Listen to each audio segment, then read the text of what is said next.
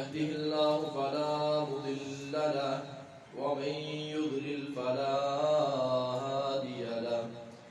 وأشهد أن لا إله إلا الله وحده لا شريك له وأشهد أن محمدا عبده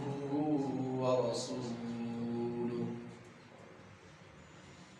يا أيها الذين آمنوا اتقوا الله حق تقاته ولا تموتن إلا وأنتم مسلمون يا أيها الناس اتقوا ربكم الذي خلقكم من نفس واحدة وخلق منها زوجها وبث منهما رجالا كثيرا ونساء واتقوا الله الذي تساءلون به والأرحام إن الله كان عليكم رقيبا يا أيها الذين آمنوا اتقوا الله وقولوا قولا سديدا يصلح لكم أعمالكم ويغفر لكم ذنوبكم ومن يطع الله ورسوله فقد فاز فوزا عظيما أما بعد فإن خير الحديث كتاب الله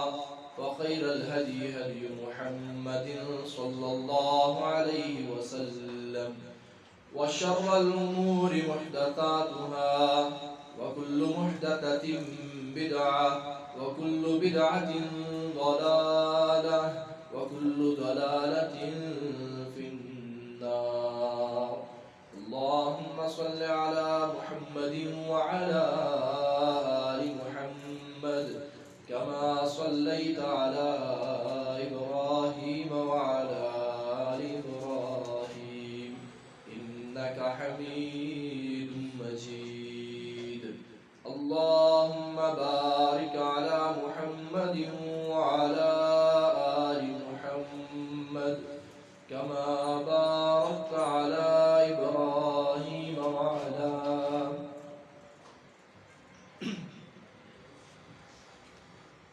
وعلى آل إبراهيم إنك حميد مجيد أعوذ بالله السميع العليم من الشيطان الرجيم من همزه ونفخه ونفسه بسم الله الرحمن الرحيم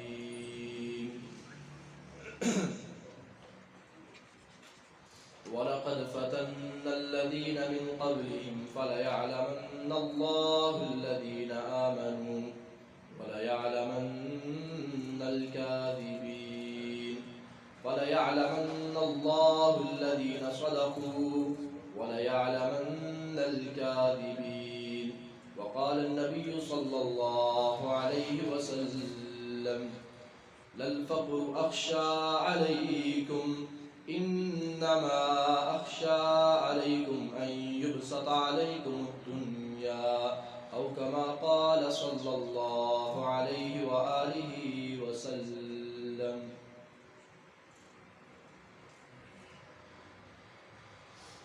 ہر قسم کی تعریفات تسبیحات اللہ رب العالمین کے لیے، درود و سلام حضرت محمد رسول اللہ صلی اللہ علیہ وآلہ وسلم کی مقدس معزز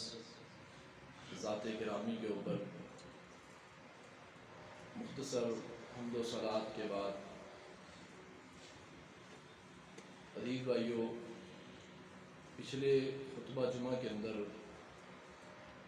فتن کے حوالے سے اس چیز کے بارے میں بیان کیا تھا کہ یہ جو اولاد ہے یہ انسان کے لیے فتنہ اور آزمائش کب بنتی ہے، کیسے بنتی ہے کہ جب انسان اس کی وجہ سے بخل کی طرف جائے یا بزدلی کی طرف جائے یا اللہ سے دور ہو جائے یا جہالت کی طرف چلا جائے یا اس کی وجہ سے انسان فضول اپنے مال کو خرچ کرنا شروع کر دے عزیز بھائیو، اس کے بعد ایک حدیث بیان کی تھی عبداللہ بن عمر رضی اللہ عنہما والی،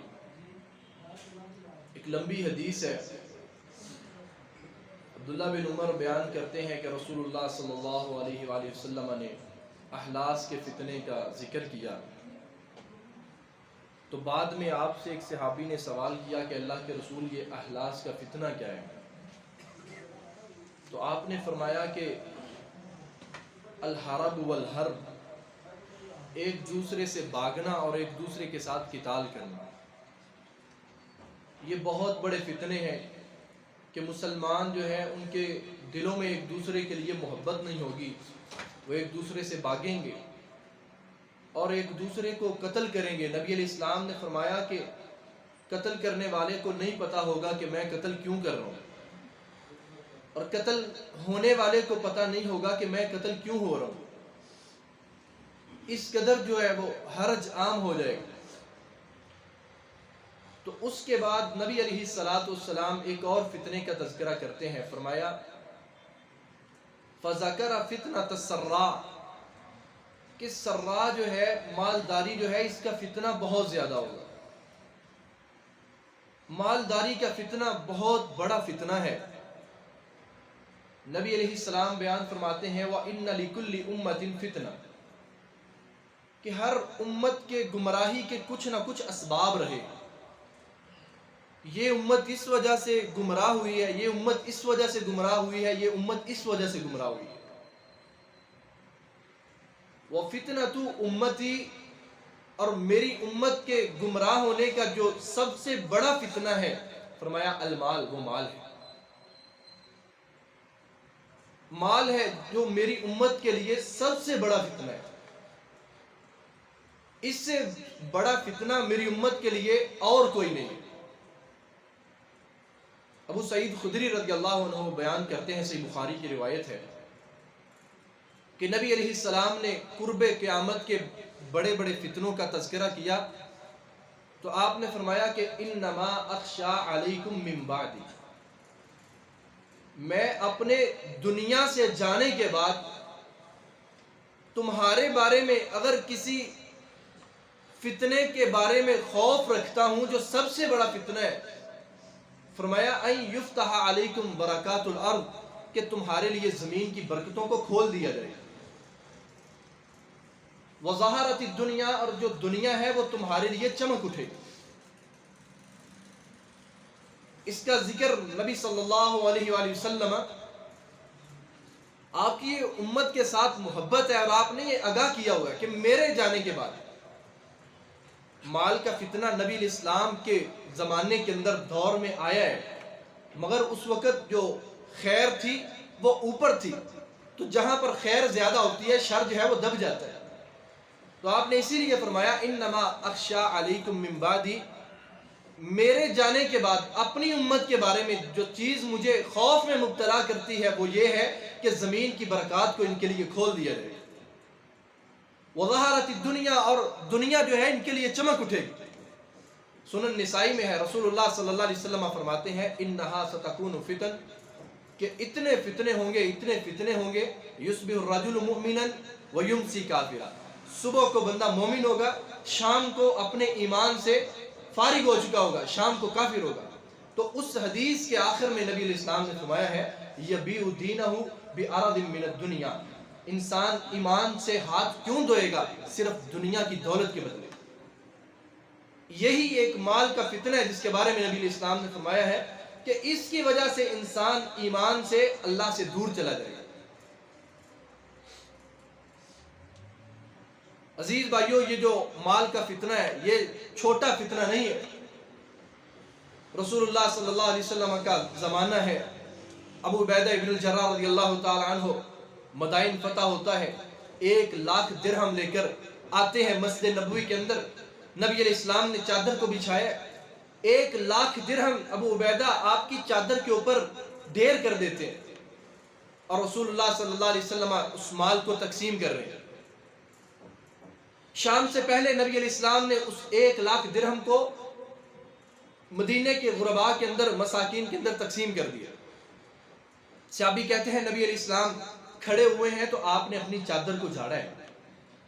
چادر کو جاڑ کر آپ کھڑے ہوئے ہیں تو آپ نے کیا فرمایا کہ لل فقر اخشى علیکم، اس سے جو پہلے کا دور تھا وہ فقر کا تھا، تنگ دستی کا تھا، صحابہ کرام کے پاس کچھ نہیں ہوا کرتا تھا، حتیٰ کہ نبی علیہ السلام نے جابر رضی اللہ تعالیٰ عنہ سے کہا تھا کہ آپ کے گھر میں کوئی چادر ہے، تو وہ کہنے لگے کہ اللہ کے رسول ہمارے گھر میں چادر کہاں سے؟ ایک صحابی نبی علیہ السلام اس کا نکاح کروانے لگے تو آپ نے فرمایا تمہارے پاس کیا دولت ہے؟ تو اس نے کہا کہ اللہ کے رسول میرے پاس صرف ایک چادر ہے، اس کے سوا کچھ نہیں۔ تو نبی علیہ السلام فرماتے ہیں کہ یہ جو وقت ہے، یہ جو زمانہ ہے، یہ جو دور ہے کہ تمہارے پاس کچھ بھی نہیں تھا، للفقر اخشى علیکم، اس وقت کے اندر مجھے تمہارے بارے میں کوئی خوف نہیں تھا،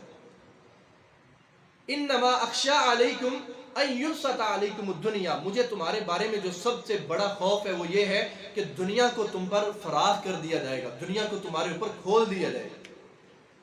صبح کو بھی مال آ رہا ہے، شام کو بھی آ رہا ہے، کثرت کے ساتھ مال آ رہا ہے۔ نبی علیہ السلام فرماتے ہیں مجھے اس بات کا ڈر ہے۔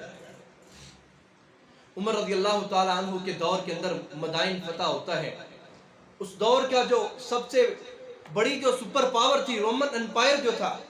کسرا جو تھا، اس کا لباس مسجد نبوی کے اندر لایا جاتا ہے، اس کے تاج کو لایا جاتا ہے، اس کے ریشمی لباس کو لایا جاتا ہے، مسجد نبوی میں مال کا ڈھیر لگا ہوا ہے، اور عمر رضی اللہ تعالی عنہ دیکھ کر زاروں کتار رو رہے ہیں۔ روایت کے الفاظ ہیں کہ جو اس مجلس میں لوگ بیٹھے تھے انہوں نے کہا کہ ہمیں عمر بن خطاب کے اوپر ترس آ گیا کہ اتنا رو رہے ہیں، اتنا رو رہے ہیں، اتنا رو رہے ہیں، یہ تو غنیمت کا مال ہے، یہ تو برکت کا مال ہے، یہ تو اللہ نے دیا ہے، یہ تو جہاد سے ملا ہے، یہ تو قتال سے ملا ہے، اس کو حاصل کرنے کا جو ذریعہ ہے سب سے اعلیٰ ذریعہ ہے۔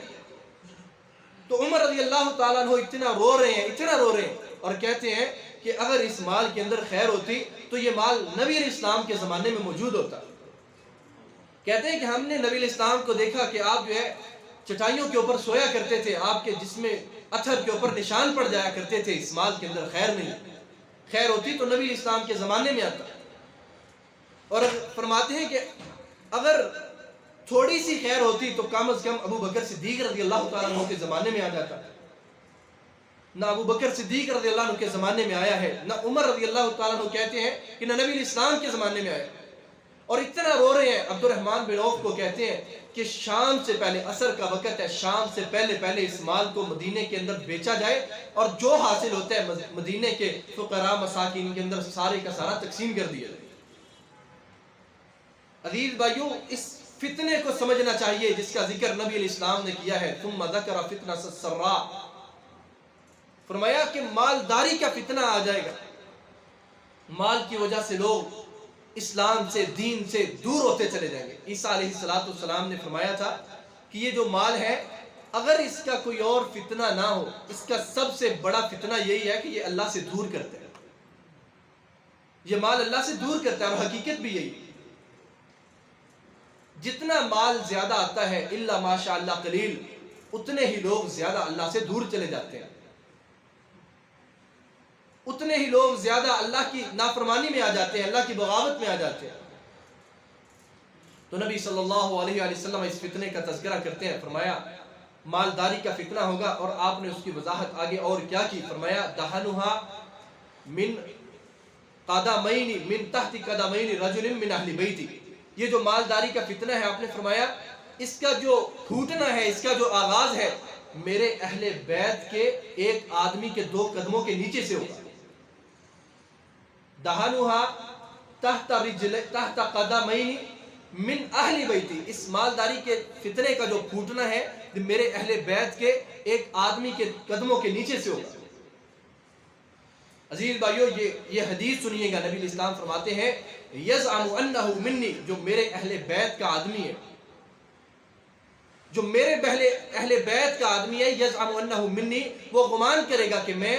سید ہوں، میں ہاشمی خاندان سے ہوں، میں نبی علیہ السلام کے طریقے کے اوپر ہوں، میں آپ کے منہج کے اوپر ہوں، میں آپ کی اولاد میں سے ہوں۔ آپ نے فرمایا وَلَيْسَ مِنِّي، چہ جائے وہ میرے خاندان میں سے ہے، وَلَيْسَ مِنِّي، میرے ساتھ اس کا کوئی تعلق نہیں ہوتا۔ جس کا عمل اس کو پیچھے کر دے، اس کا نسب جو ہے، خاندان جو ہے، اس کو آگے لے کر کبھی بھی نہیں جا سکتا۔ جس کے عمل نے اس کو پیچھے چھوڑ دیا ہے، خاندان اس کو آگے لے کر نہیں جائے گا۔ رسول اللہ صلی اللہ علیہ وسلم خود اس چیز کی نفی کر رہے ہیں، فرمایا میرے اہل بیت کا آدمی ہوگا۔ اسی لیے تو نبی صلی اللہ علیہ وسلم نے حضرت فاطمہ رضی اللہ تعالیٰ عنہ کو فرمایا تھا کہ یا فاطمہ تو انقذی نفسک من النار، اے فاطمہ اپنے آپ کو جہنم کی آگ سے بچاؤ، فإنی لا املک لکی من اللہ شیئا، قیامت کا دن ہوگا اگر آپ سے کوئی لغزش ہوئی یا آپ کی کوئی غلطی ہوئی تو اللہ کے اور آپ کے معاملے کے اندر میں بیچ میں نہیں آ سکتا۔ صحیح مسلم کی روایت ہے، نبی علیہ السلام فرماتے ہیں قیامت کے دن اللہ تعالیٰ ہر بندے سے ہم کلام ہوں گے، اللہ پاک ہر بندے سے کلام کر رہے ہیں۔ بعض نصوص کے اندر، بعض احادیث میں ہے کہ کچھ ایسے لوگ ہیں کہ ان کے گناہ اس درجے کے ہیں کہ اللہ پاک ان سے کلام کرنا بھی گوارا نہیں کریں گے، مگر نبی علیہ السلام فرماتے ہیں کہ اللہ تعالیٰ لوگوں سے ہم کلام ہوں گے، اللہ کے درمیان اور بندے کے درمیان کوئی پردہ نہیں ہے۔ تو فرمایا کہ ہم کلام ہونے کا انداز کیا ہوگا کہ بندے کے دائیں جانب اس کے اعمال ہوں گے اور بائیں جانب بھی اس کا اعمال نامہ ہوگا اور سامنے جہنم کی آگ ہوگی۔ یہ صحیح مسلم کی روایت ہے۔ تو اس مقام کے اوپر نبی علیہ السلام نے فرمایا تھا اتقوا النار ولو بشق تمرۃ، کہ لوگوں جہنم کی آگ سے بچو، اگرچہ تم کھجور کا ایک ٹکڑا دے کر اپنے آپ کو جہنم کی آگ سے آزاد کروا سکتے ہو، اسے بھی صدقہ کر دو اور جہنم کی آگ سے بچو۔ عزیز بھائیو، کتنے ایسے مالدار ہیں، اللہ پاک نے بہت کچھ دیا ہوا ہے مگر فتنے میں مبتلا ہیں، اللہ سے دور ہیں، اللہ کے راستے میں خرچ کرنے کی طرف نہیں آتے۔ تو نبی علیہ السلام فرماتے ہیں کہ میرے اہل بیت کے ایک آدمی سے اس فتنے کا آغاز ہوگا، فرمایا یزعم انہ منی ولیس منی، وہ گمان کرے، وہ دعویٰ کرے گا کہ میں آپ کی اولاد میں سے ہوں، آپ کے منہج کے اوپر ہوں، آپ کے طریقے کے اوپر ہوں، سیرت کے اوپر ہوں، فرمایا ولیس منی، میرے ساتھ اس کا کوئی تعلق نہیں ہو۔ یہ مسند احمد کے اندر یہ واقعہ ہے۔ رسول اللہ صلی اللہ علیہ وسلم نے حضرت معاذ رضی اللہ تعالیٰ عنہ کو فرمایا، حدیث بڑی مشہور ہے، نبی علیہ السلام کا کسی صحابی کو یہ